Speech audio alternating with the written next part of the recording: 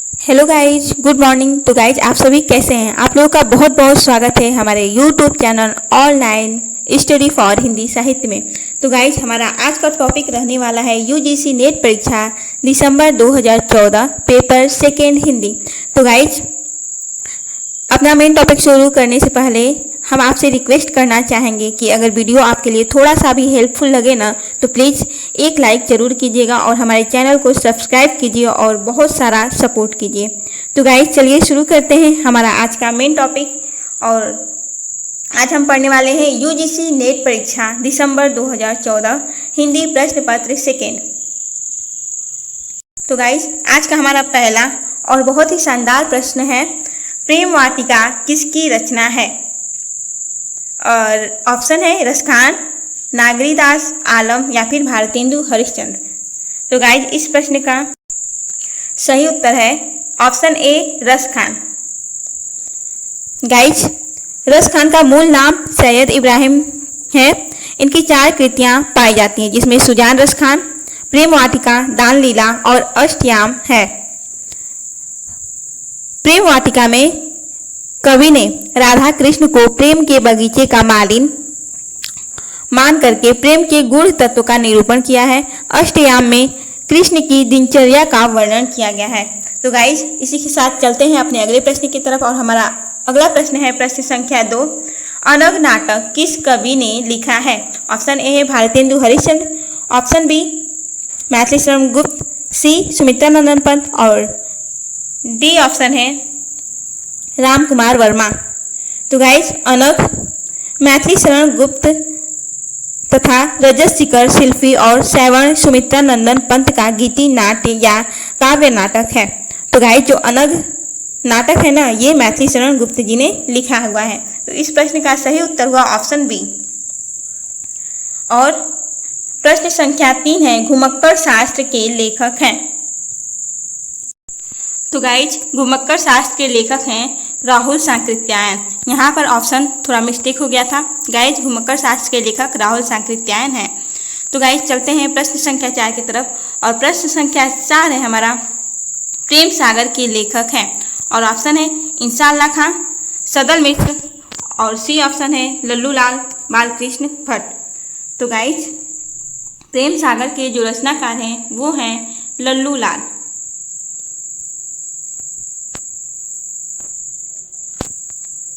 तो चलते हैं अपने अगले प्रश्न की तरफ। प्रश्न संख्या 5 है गाइज,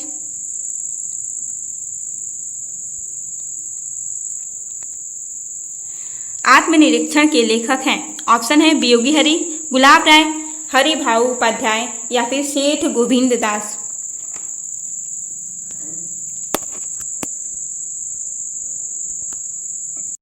तो गाइज आत्मनिरीक्षण इसके जो लेखक हैं वो हैं सेठ गोविंद दास। आत्मनिरीक्षण का जो प्रकाशन वर्ष है वो है 1958 ईस्वी। उसके बाद मेरा जीवन प्रवाह वियोगी हरि की रचना है। प्रश्न संख्या 6 है गाइज, पृथ्वी प्रदक्षिणा के लेखक हैं। ऑप्शन है मौलवी महेश प्रसाद, राहुल सांकृत्यायन, शिव प्रसाद गुप्त या फिर सत्यदेव परिव्राजक। तो गाइज मौलवी महेश प्रसाद, इनकी एक प्रसिद्ध रचना मानी जाती है मेरी ईरान यात्रा। उसके बाद गाइज जो सत्यदेव परिव्राजक हैं इनकी एक रचना है यूरोप की सुखद स्मृतियाँ, जिसका प्रकाशन वर्ष 1937 ईस्वी है। उसी के साथ गाइज राहुल सांकृत्यायन का जो एक प्रसिद्ध रचना है वो है मेरी यूरोप यात्रा। और जो पृथ्वी प्रदक्षिणा ये रचना है ये है शिव प्रसाद गुप्त का। तो गाइज ये इसका सही आंसर हुआ शिव प्रसाद गुप्त, ऑप्शन सी। उसके बाद प्रश्न संख्या 7, इनमें से किस उपन्यास के लेखक अमृतलाल नागर नहीं हैं? और ऑप्शन ए है सुहाग के नुपुर, बी मानस का हंस, सी भूले बिसरे चित्र और डी है गाइज बूंद और समुद्र। तो गाइज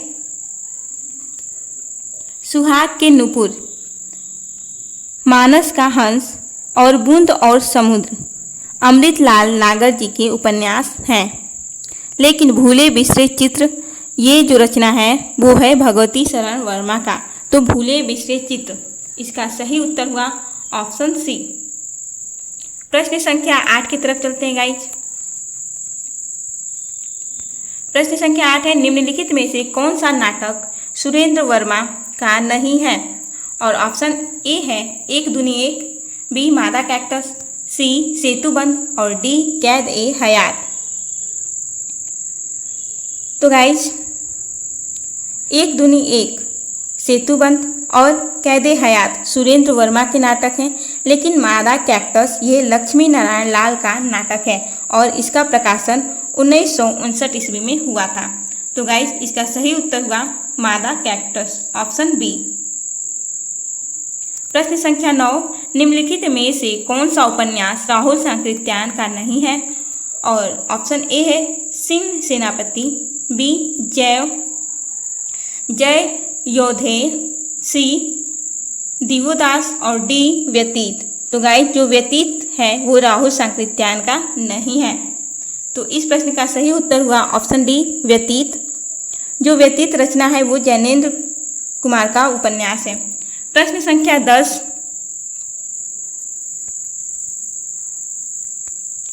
ज्ञान दूर कुछ क्रिया भिन्न है, इच्छा क्यों पूरी हो मन की, एक दूसरे से न मिल सके यह विडंबना है जीवन की। इन काव्य पंक्तियों के रचनाकार कौन है? और ऑप्शन ए है जयशंकर प्रसाद, सुमित्रा नंदन पंत, अज्ञेय और डी ऑप्शन है राम नरेश त्रिपाठी। तो गाइज ये पंक्तियाँ जयशंकर प्रसाद जी की हैं। इसका सही उत्तर हुआ ऑप्शन ए, जयशंकर प्रसाद की पंक्तियाँ हैं। सुमित्रा नंदन पंत का प्रसिद्ध पंक्ति है, इस धाराशाही जग का क्रम और शाश्वत इस जग का उद्गम। अज्ञेय की पंक्तियाँ हैं, यो मैं कवि हूँ आधुनिक हूँ नया हूँ, ये अज्ञेय ने कहा था। अज्ञेय की पंक्तियाँ हैं। राम नरेश त्रिपाठी जी की पंक्तियाँ हैं, इन्होंने लिखा है पराधीन रहकर अपना सुख शोक न कह सकता है। उसके बाद गाइस प्रश्न संख्या 11 की तरफ चलते हैं और प्रश्न संख्या 11 है, कंठ्योष्ठ ध्वनि का उदाहरण है औ, ए, क या फिर त। तो गाइज अ और उ ये मिलकर बनता है ओ, और अ और प्लस ओ ये मिलकर बनता है औ, और इसका उच्चारण स्थान कंठ और उ का उच्चारण स्थान ओष्ठ है। इसीलिए इस प्रश्न का जो सही उत्तर हुआ वो हुआ ऑप्शन ए, कंठ्योष्ठ ध्वनि का उदाहरण है औ, जबकि क का कंठ है, त का उच्चारण स्थान दंत है और ए का उच्चारण स्थान कंठ तालु है। तो गाइस चलते हैं प्रश्न संख्या 12 की तरफ। तो पश्चिमी हिंदी की दो बोलियों का सही युग्म है कनौजी अवधी, ब्रज बघेली, छत्तीसगढ़ी बांगड़ू और डी ऑप्शन है खड़ी बोली बुंदेली। तो गाइज खड़ी बोली तथा बुंदेली पश्चिमी हिंदी की बोलियों का सही युग्म है।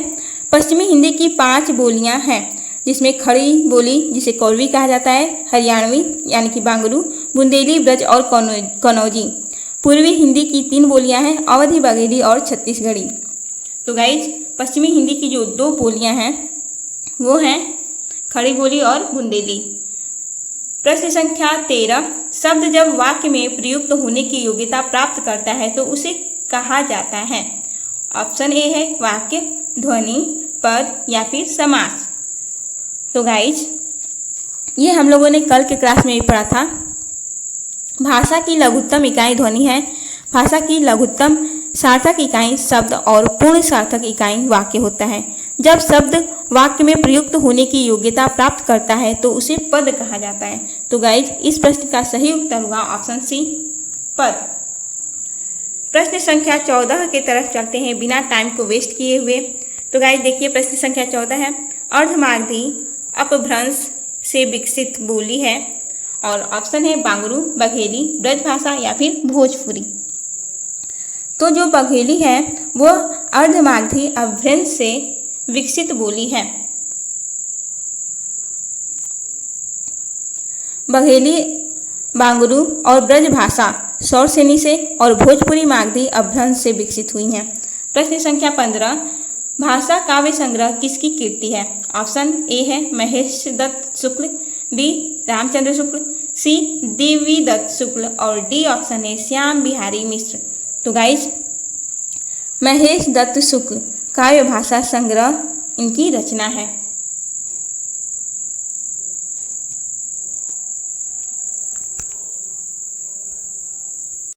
भाषा काव्य संग्रह का प्रकाशन वर्ष 1873 ईस्वी है, जो कि हिंदी साहित्य के इतिहास से संबंधित रचना है। प्रश्न संख्या 16 है गाइस, वल्लभाचार्य का वेदांत सूत्र पर लिखा प्रसिद्ध ग्रंथ है। ऑप्शन है पुष्टि मार्ग रहस्य, आनंद भाष्य, अणु भाष्य या फिर सृष्टि रहस्य। तो गाइस जो अणु भाष्य है यह वल्लभाचार्य का वेदांत सूत्र पर लिखा गया ग्रंथ है। पूर्व मीमांसा भाष्य, उत्तर मीमांसा या ब्रह्मसूत्र भाष्य या अणु भाष्य, तत्व दीपक निबंध, पुष्टि प्रवाह, मर्यादा वल्लभाचार्य के ग्रंथ हैं। अणु भाष्य वेदांत सूत्र पर लिखा गया है। यह शुद्धाद्वैतवाद के प्रतिपादक का प्रधान दार्शनिक ग्रंथ है। अणु भाष्य इनकी अपूर्ण कीर्ति है, जिसे इनके पुत्र गोसाई विट्ठलनाथ ने पूरा किया। आनंद भाष्य रामानंद की रचना है। तो गाइज इस चैनल पर हम यूजीसी नेट के प्रीवियस ईयर क्वेश्चन को पढ़ने वाले हैं।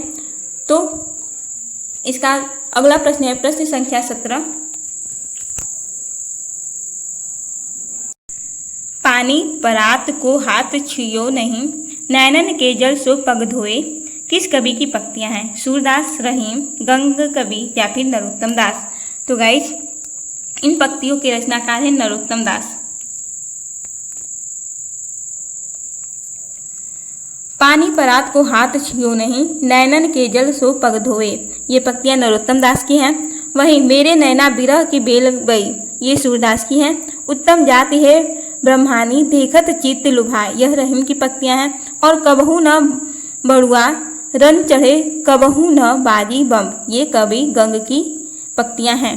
तो गाइज प्रश्न संख्या 18 की तरफ चलते हैं। प्रश्न संख्या 18 हमारा तुलसीदास के गुरु थे।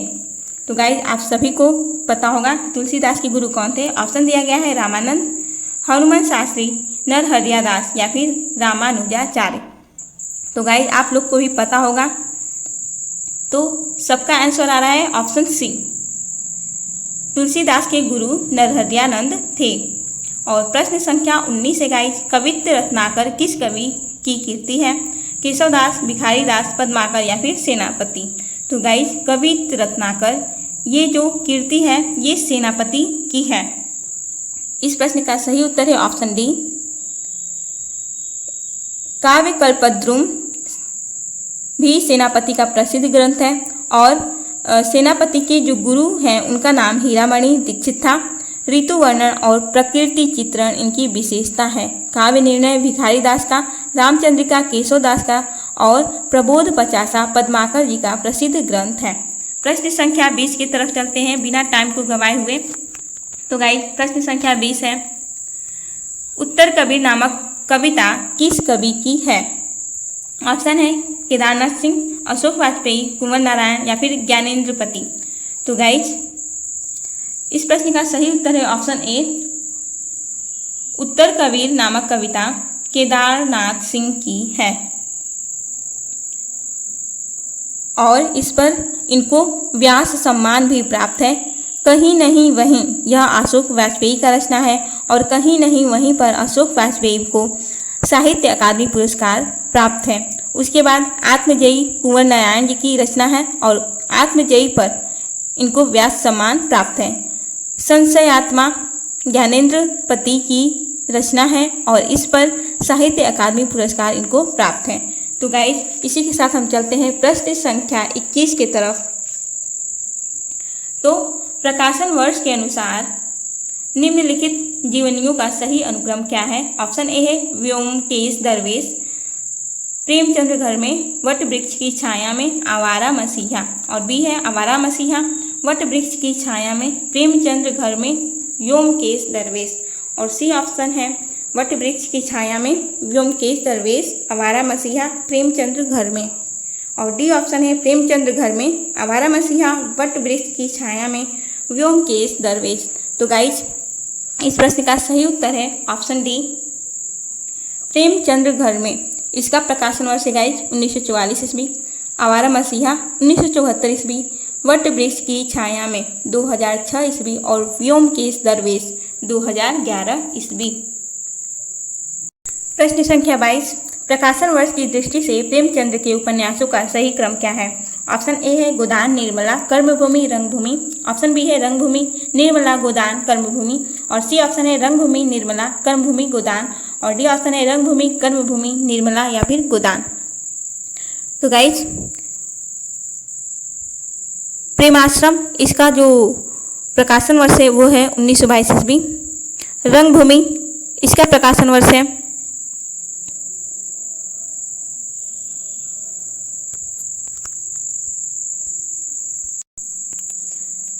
1925। और निर्मला का प्रकाशन वर्ष है 1927। कर्मभूमि का प्रकाशन वर्ष है 1933 ईस्वी। और गोदान का जो प्रकाशन वर्ष है वो है 1936 ईस्वी। तो गाइज इस प्रश्न का सही हुआ उत्तर ऑप्शन सी, रंगभूमि, निर्मला, कर्मभूमि, गोदान। गोदान गाइज लगभग प्रत्येक परीक्षा में ही पूछा जाता है और इसका प्रकाशन हमेशा याद रखिएगा 1936 ईस्वी गोदान का प्रकाशन वर्ष है। तो गाइज प्रश्न संख्या 23 की तरफ चलते हैं। प्रश्न संख्या 23 है, प्रकाशन वर्ष के अनुसार अमृतलाल नागर के निम्नलिखित उपन्यासों का सही क्रम क्या है? ए है महाकाव्य बूंद और समुद्र, खंजन नयन, मानस का हंस। और बी है बूंद और समुद्र, महाकाल, मानस का हंस, खंजन नयन। और सी ऑप्शन है महाकाल, बूंद और समुद्र, मानस का हंस, खंजन नयन। और डी ऑप्शन है खंजन नयन, मानस का हंस, महाकाल, बूंद और समुद्र। तो गाइस प्रश्न संख्या 23 का हमारा सही उत्तर है ऑप्शन सी, महाकाल, बूंद और समुद्र, मानस का हंस, खंजन नयन। और इसी के साथ चलते हैं बिना टाइम वेस्ट किए हुए प्रश्न संख्या 24 की तरफ। गाइज इस चैनल पर हम यूजीसी नेट से संबंधित प्रीवियस ईयर के सारे प्रश्नों को हल करते हैं, जो कि परीक्षा की दृष्टि से बहुत ही ज़्यादा महत्वपूर्ण है। पढ़ने को तो सभी लोग लॉन्ग वीडियो देख लेते हैं, पूरा विस्तार से पढ़ लेते हैं, लेकिन प्रश्न सामने आते ही लोग उसके आंसर को नहीं बता पाते हैं। इसके लिए हम प्रीवियस ईयर के क्वेश्चन को इस चैनल पर रिपीट करने का कोशिश कर रहे हैं और समझाने का कोशिश कर रहे हैं, ताकि आप लोगों को प्रश्न सामने आते ही समझ में आ जाए कि उसका उत्तर क्या हो सकता है। तो गाइस प्रश्न संख्या 24 है, प्रकाशन के आरंभ की दृष्टि से निम्नलिखित पत्रिकाओं का सही क्रम है।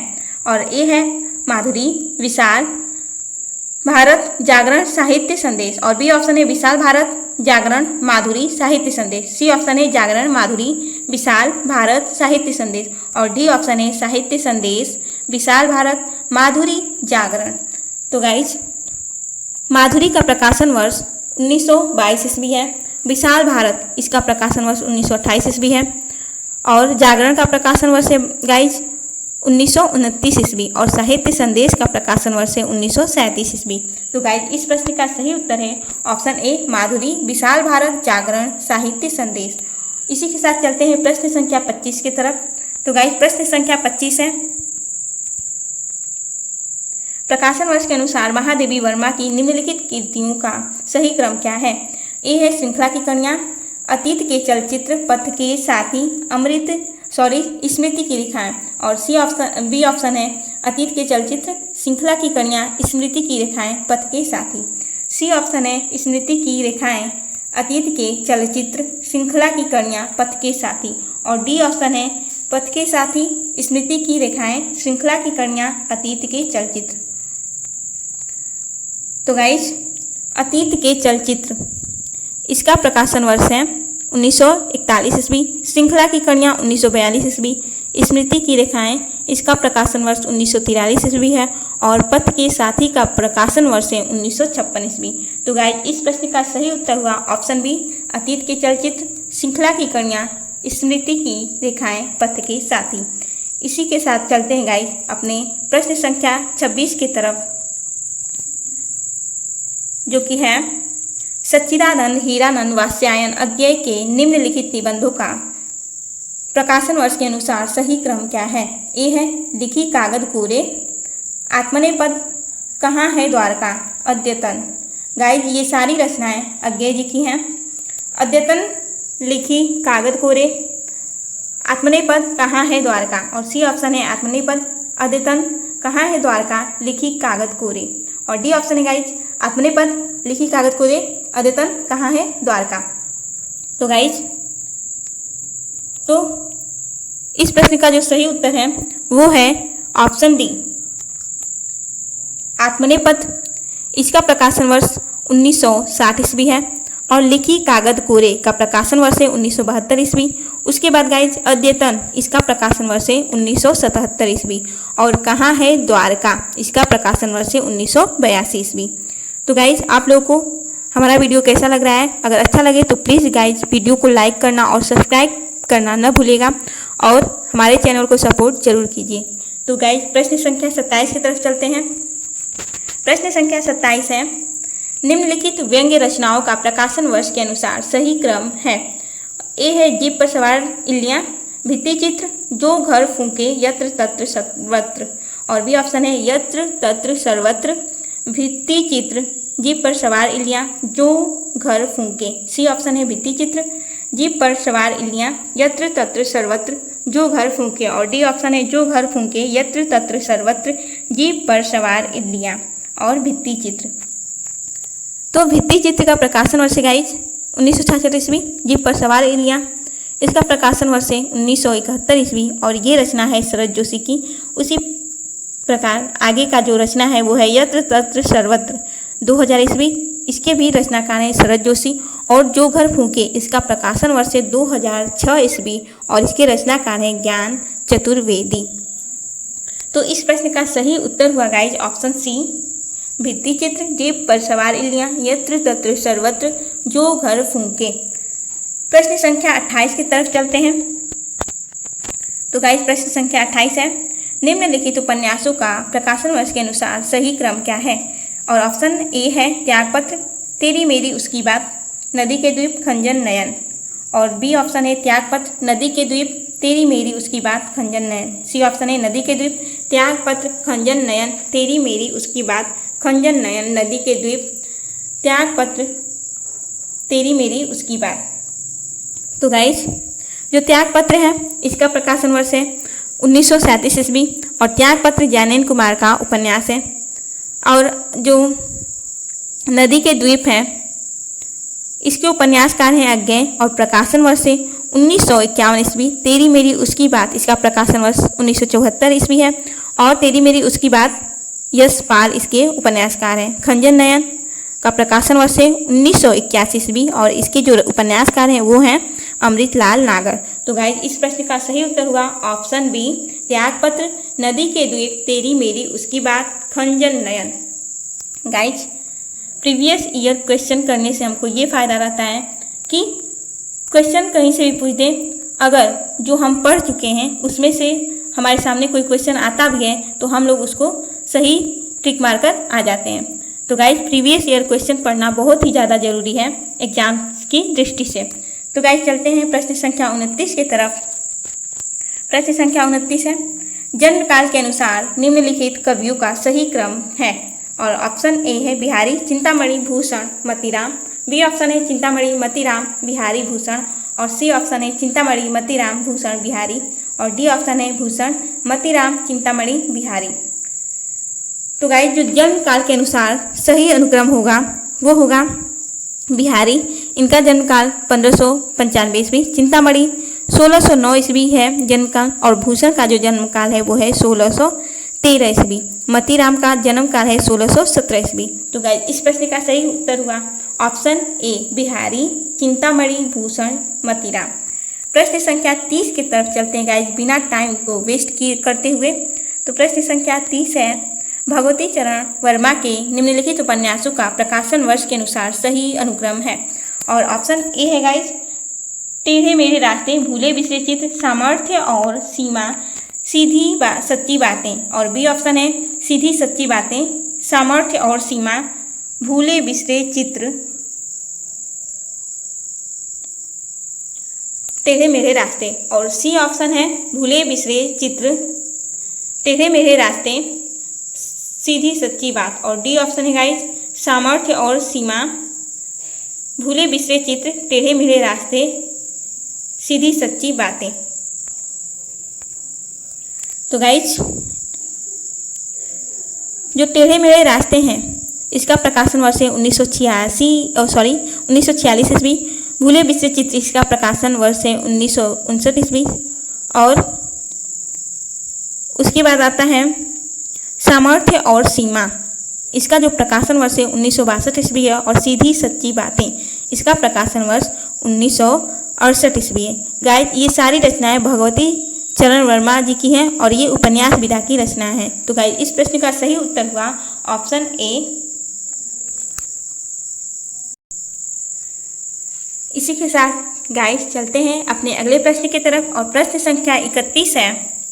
निम्नलिखित रचनाकारों को उनकी आत्मकथा के साथ सुमेलित कीजिए। और सूची एक के ऑप्शन है शिव पूजन सहाय, सुमित्रा नंदन पंत, हरिवंश राय बच्चन, पांडे बेचन शर्मा उग्र। और सूची दो के ऑप्शन है 10 द्वार से सोपान तक, मेरा जीवन, अपनी खबर, रात से लपटे, 60 वर्ष, एक रेखांकन। तो गाइस शिव पूजन सहाय इनकी रचना है मेरा जीवन।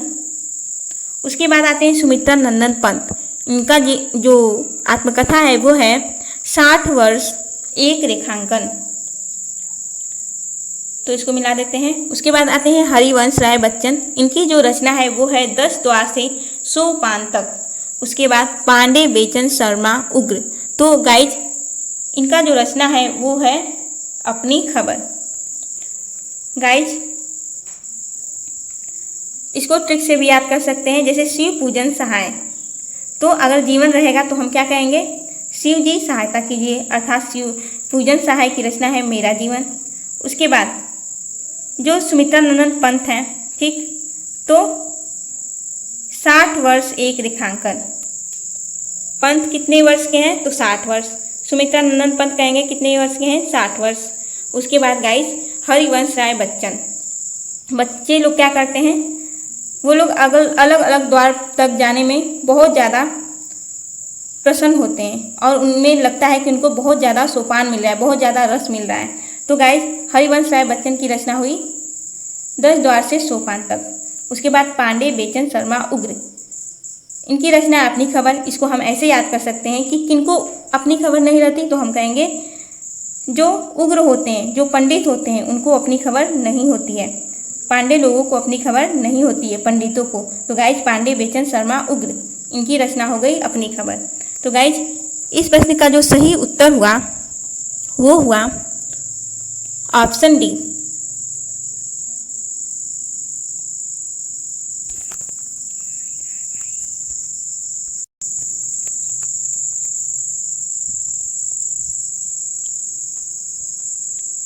प्रश्न संख्या 32 की तरफ चलते हैं गाइज। प्रश्न संख्या 32 है, निम्नलिखित आलोचकों को उनके ग्रंथों के साथ सुमेलित कीजिए। और सूची एक के ऑप्शन से गाइज नंद दुलारे वाजपेयी, लक्ष्मीकांत वर्मा, रामविलास शर्मा, विजय देव नारायण शाही। और सूची दो के ऑप्शन है जायसी, निराला, मानव मूल्य और साहित्य, हिंदी साहित्य 20वीं शताब्दी। और पांचवा इसका ऑप्शन है नई कविता के प्रतिमान। तो गाइज नंद दुलारे वाजपेयी, इनकी जो रचना है वो है हिंदी साहित्य 20वीं शताब्दी। उसके बाद लक्ष्मीकांत वर्मा, इनका जो रचना है वो है नई कविता के प्रतिमान। उसके बाद आते हैं रामविलास शर्मा, इनका जो ग्रंथ है वो है निराला। रामविलास शर्मा के ग्रंथ का नाम है निराला। और फिर विजय देव नारायण शाही, इनका ग्रंथ है जायसी। तो गाइड इस प्रश्न का सही उत्तर हुआ ऑप्शन सी। इसी के साथ हम चलते हैं अपने अगले प्रश्न की तरफ। प्रश्न संख्या 33। तो निम्नलिखित संस्मरणात्मक रेखा चित्रों को उनके लेखकों के साथ सुमेलित कीजिए। सूची एक के ऑप्शन है चेतना के बिंब, रेखाएं बोल उठी, जिंदगी मुस्काई, सिन्हावलोकन। और सूची दो के ऑप्शन है देवेंद्र सत्यार्थी, कन्हैया लाल मिश्र प्रभाकर, महादेवी वर्मा, यशपाल या फिर नगेंद्र। तो गाइज चेतना के बिंब जो हैं इसके लेखक हैं नगेंद्र। तो गाइज इसको हम मिला देते हैं। उसके बाद रेखाएं बोल उठी। इसके जो लेखक हैं वो है देवेंद्र सत्यार्थी। इनका रचना है रेखाएं बोल उठी। उसके बाद गाइस जिंदगी मुस्काई, कन्हैया लाल मिश्र प्रभाकर जी का ये रचना है जिंदगी मुस्काई। उसके बाद गाइस सिन्हावलोकन, ये जो इसके लेखक हैं वो हैं यशपाल। यशपाल करेंगे सिन्हावलोकन। उसके बाद गाइस इसके हम सही उत्तर को देख लेते हैं। तो गाइस इस प्रश्न का जो सही उत्तर होगा वो होगा ऑप्शन ए। इस प्रश्न का सही उत्तर है। तो गाइस चलते हैं प्रश्न संख्या 34 की तरफ। तो प्रश्न संख्या 34 है, निम्नलिखित कहानीकारों को उनके कहानियों के साथ सुमेलित कीजिए। सूची एक के ऑप्शन है भगवती चरण वर्मा, इलाचंद्र जोशी, यशपाल, उपेंद्रनाथ अश्क। और सूची दो के ऑप्शन है पिंजरा, मकरील, दो बांके, एक कैदी, दीपावली और होली। तो गाइज जो भगवती चरण वर्मा हैं इनका रचना है, सॉरी गाइज, ऑप्शन प्रश्न संख्या 33 का ऑप्शन ए नहीं, थोड़ा मिस्टेक हो गया है, ऑप्शन डी इसका राइट आंसर होगा गाइज। तो इसके साथ ही हम चलते हैं अपने अगले प्रश्न की तरफ, प्रश्न संख्या 34। और गाइज इसके ऑप्शन हम लोगों ने देख लिए हैं। और जो भगवती चरण वर्मा है इनकी रचना है दो बांके। भगवती चरण वर्मा जी का कहानी है दो बांके। फिर इलाचंद्र जोशी, इनका कहानी है दीपावली और होली। हमको जोश में खेलने हैं दीपावली और होली, जोश में मनाने हैं दीपावली और होली को भी खेलना है जोश में। तो इलाचंद्र जोशी अर्थात इनकी रचना हुई दीपावली और होली। यशपाल, इनका रचना है मकरील, यशपाल। उसके बाद उपेंद्रनाथ अश्क, इनका रचना है पिंजरा। तो गाइज इस प्रश्न का सही उत्तर हुआ ऑप्शन ए। इसी के साथ चलते हैं बिना टाइम को वेस्ट किए हुए प्रश्न संख्या 35 की तरफ।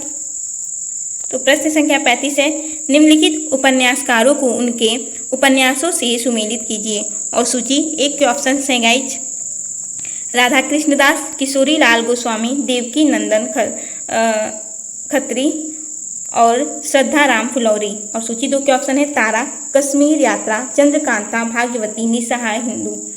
तो गाइज राधा कृष्ण दास, इनका उपन्यास है निसहाय हिंदू। किशोरी लाल गोस्वामी, इनका रचना है तारा। उसके बाद देवकी नंदन खत्री, इनका रचना है चंद्रकांता। और श्रद्धा राम फुलौरी जी का जो रचना है वो है भाग्यवती। तो गाइज इसका सही उत्तर हुआ ऑप्शन बी। प्रश्न संख्या 36 की तरफ चलते हैं। और प्रश्न संख्या 36 है गाइज, निम्नलिखित नाटककारों को उनके नाटकों के साथ सुमेलित कीजिए। और सूची एक के ऑप्शन से गाइज, भारतेंदु हरिश्चंद्र, राधाचरण गोस्वामी, प्रताप नारायण मिश्र, बालकृष्ण भट्ट। और सूची दो के ऑप्शन है महारानी पद्मावती, संगीत शाकुंतल, अंधेर नगरी, अमर सिंह राठौर और नल दमयंती। तो गाइज भारतेंदु हरिश्चंद्र जी का नाटक है अंधेर नगरी, आप सबको पता है। राधाचरण गोस्वामी, इनकी रचना है अमर सिंह राठौर। और प्रताप नारायण मिश्र का जो नाटक है वो है संगीत शाकुंतल। और बालकृष्ण भट्ट, इनका रचना है नल दमयंती। बालकृष्ण भट्ट, सही उत्तर हुआ गाइज ऑप्शन डी। चलते हैं प्रश्न संख्या 37 की तरफ। और प्रश्न संख्या 37 है गाइज, निम्नलिखित कृतियों को उनके रचनाकारों के साथ सुमेलित कीजिए। सूची के ऑप्शन है आत्मा की आंखें, काठ का सपना, समय और हम, मिलन यामिनी। और सूची दो के ऑप्शन है गजानन माधव मुक्तिबोध, हरिवंश राय बच्चन, रामधारी सिंह दिनकर, ज्ञानेन्द्र कुमार नगेंद्र। तो आत्मा की आंखें, ये कृति है गाइज दिनकर जी की।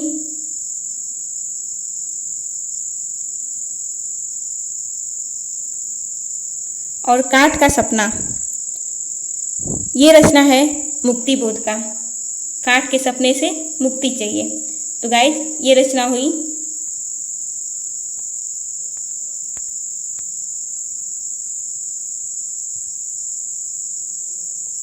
समय और हम, इसके जो रचनाकार हैं गाइज, समय और हम के ये हैं ज्ञानेंद्र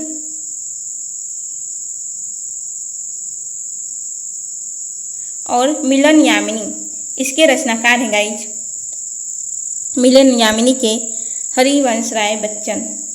तो गाइज इस प्रश्न का सही उत्तर हुआ ऑप्शन सी।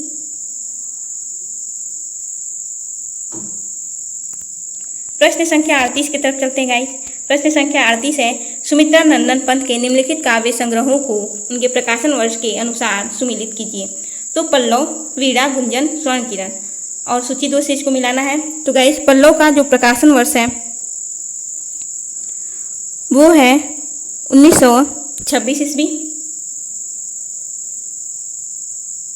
और वीणा का प्रकाशन वर्ष है गाइज 1927 ईस्वी। उसके बाद गाइज गुंजन आता है और इसका प्रकाशन वर्ष है 1932 ईस्वी। उसके बाद स्वर्ण किरण का प्रकाशन वर्ष है गाइज 1947 ईस्वी। तो गाइज इस प्रश्न का जो सही उत्तर हुआ वो हुआ ऑप्शन बी। इसी के साथ चलते हैं प्रश्न संख्या 39 की तरफ। प्रश्न संख्या 39 है, निम्नलिखित पत्रिकाओं को उनके प्रकाशन स्थान से सुमिलित कीजिए। आनंद कादम्बनी, इसका प्रकाशन कहाँ हुआ था? तो गाइज आनंद कादम्बनी का जो प्रकाशन वर्ष है वो है मिर्जापुर।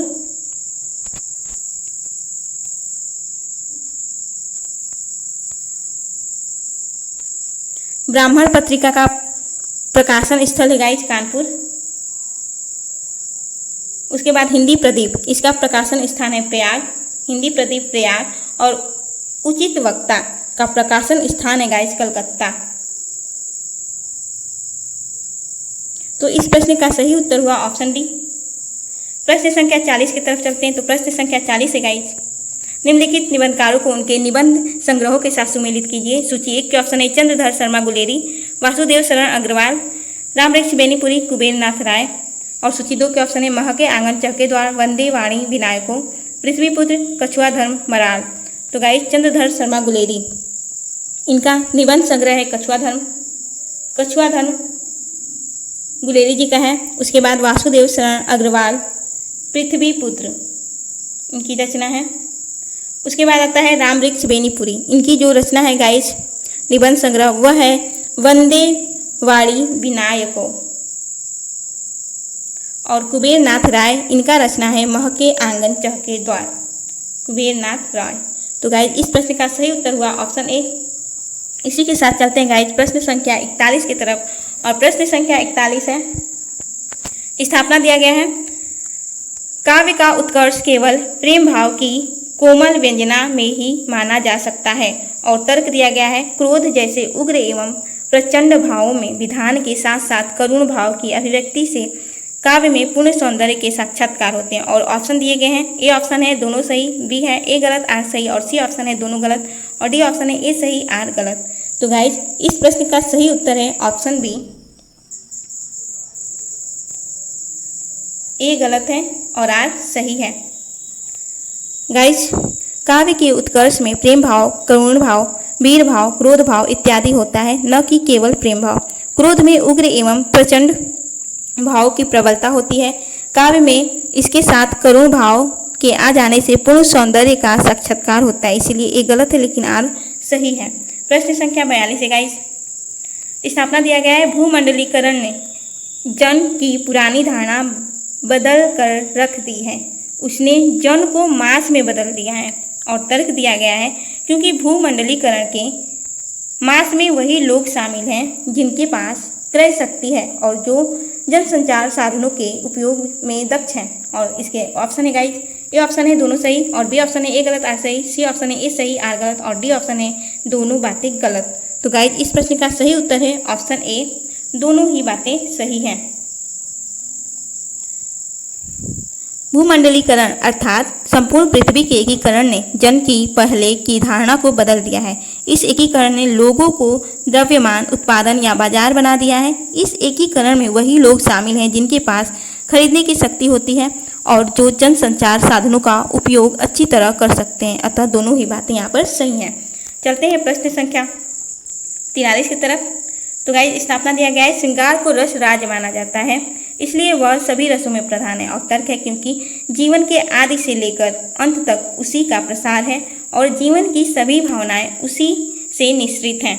और गाइस ऑप्शन दिए गए हैं, दोनों गलत, और बी ऑप्शन है ए गलत आर सही, सी ऑप्शन है दोनों सही, और डी ऑप्शन है ए सही आर गलत।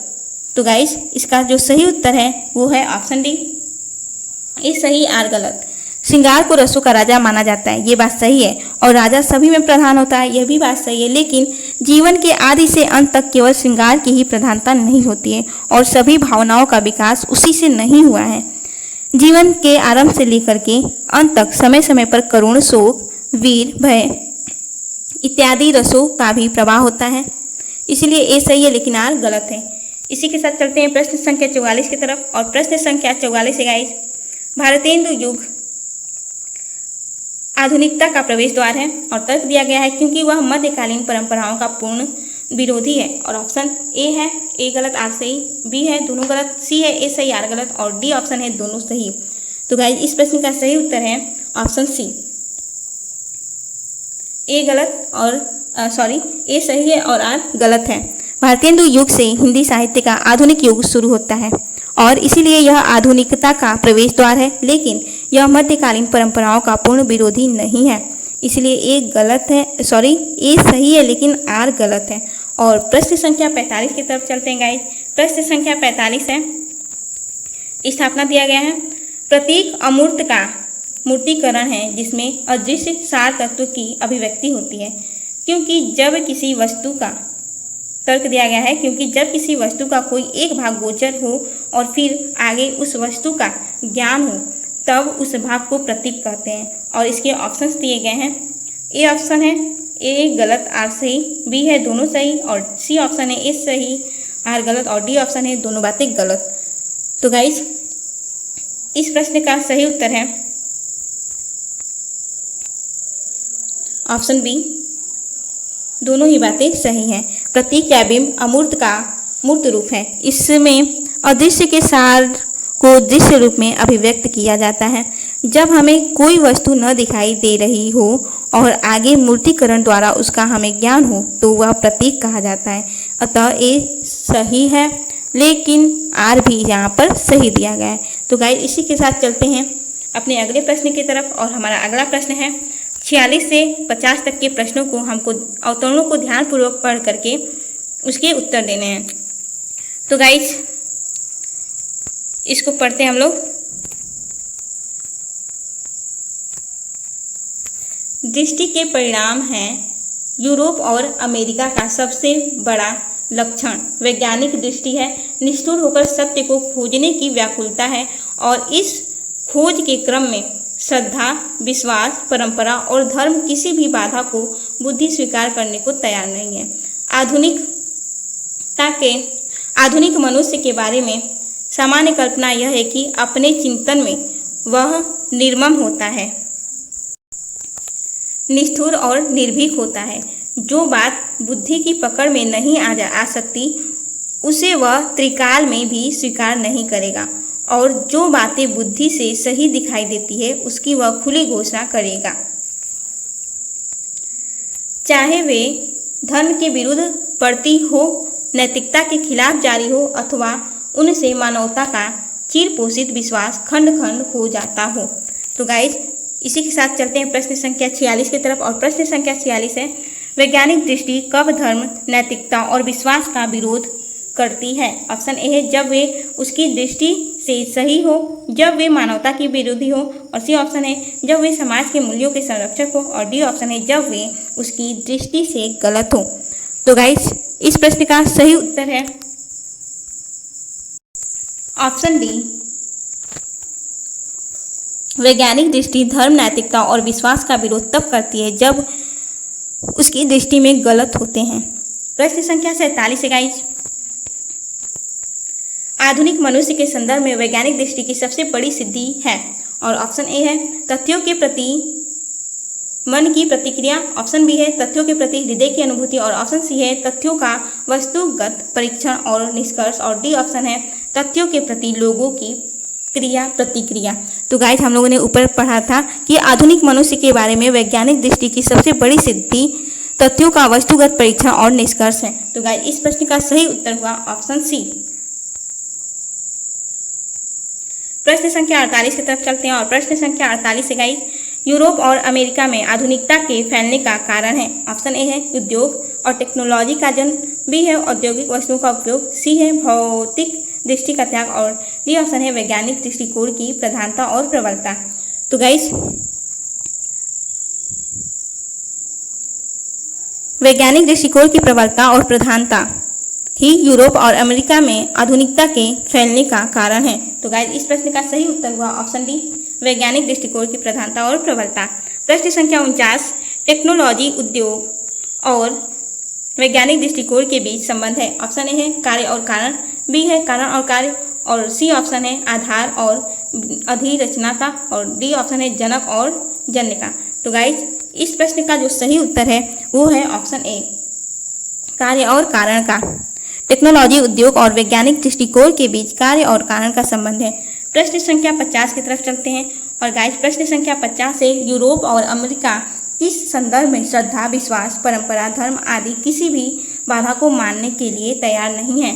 ऑप्शन ए है दार्शनिक सत्य की खोज के संदर्भ में, बी ऑप्शन है वैज्ञानिक सत्य की खोज के संदर्भ में, सी ऑप्शन है असामाजिक यथार्थ के अनुसंधान के संदर्भ में और डी ऑप्शन है गाइस साहित्यिक अनुसंधान के संदर्भ में। तो गाइस यूरोप और अमेरिका वैज्ञानिक सत्य की खोज के संदर्भ में श्रद्धा, विश्वास, परंपरा, धर्म आदि किसी भी बाधा को मानने के लिए तैयार नहीं है। तो गाइस इस प्रश्न का सही उत्तर है ऑप्शन बी।